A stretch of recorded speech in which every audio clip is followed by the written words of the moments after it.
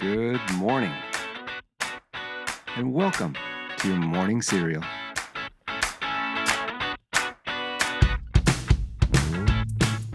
Okay, good morning, and welcome back to another Monday. Hope you had a great weekend, but despite that, I was kind of hoping we'd get a second Sunday here in a row.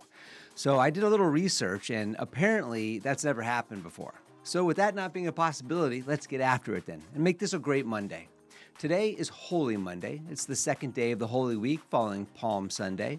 And today is also National Ex-Spouse Day. This day is curiously inserted into the calendar exactly 2 months after Valentine's Day. And it has become a time to reflect on the positive moments you shared with your ex. That's correct. Look, you married them. There must have been something you liked, right? That is, before they snapped. Think of them fondly for this day, before celebrating the fact that they are now gone. Well, hey, let's move on to the quote. Let's see how long it takes you to figure out where this quote comes from today. Here's the quote. "I figure life's a gift, and I don't intend on wasting it," end quote. Well, that's from the character Jack Dawson from James Cameron's Titanic.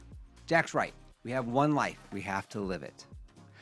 Well, today's news, facts, and birthdays are for April 14th, and we're going to start back in 1865, and that's when U.S. President Abraham Lincoln was shot by John Wilkes Booth at Ford's Theater in Washington.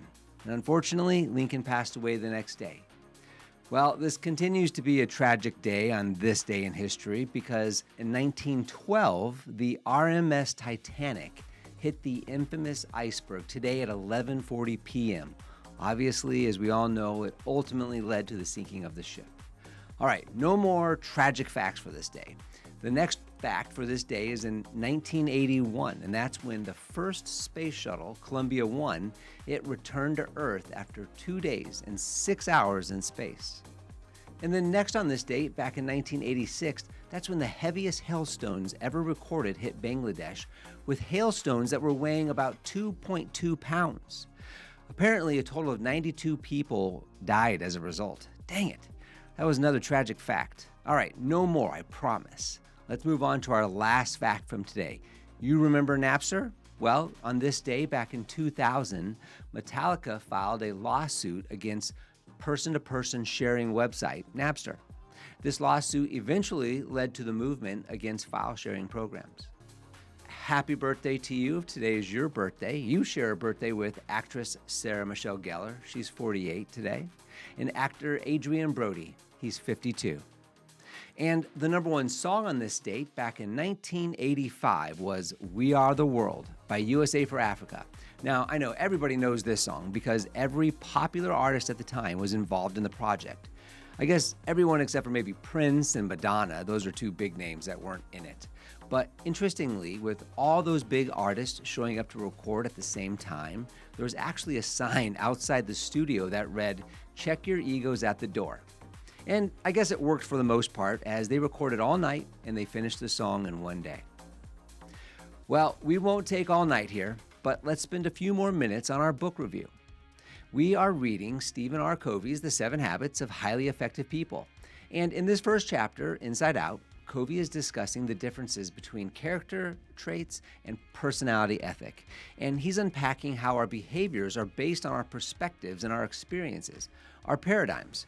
Yet, if we want to improve our lives in a material way beyond just having a better attitude, we need to adjust our paradigms to change the foundations from which our attitudes and behaviors flow.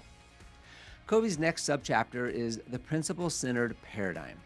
And as the name suggests, quote, "The character ethic is based on the fundamental idea that there are principles that govern human effectiveness," end quote. Here, Covey refers to a popular story. Perhaps you've heard the one about the captain of a battleship that sees a light coming his way. It's on a collision course with his battleship. And multiple times, the captain of the battleship and the other ship, the other light, they go back and forth. You change course. No, you change course. And despite the battleship's warnings, the other ship says for the battleship to change course instead. Well, in the end, the other light turns out to be a lighthouse. Well, Covey says these fundamental principles are unmoving, like lighthouses. Quote, "They are natural laws that cannot be broken."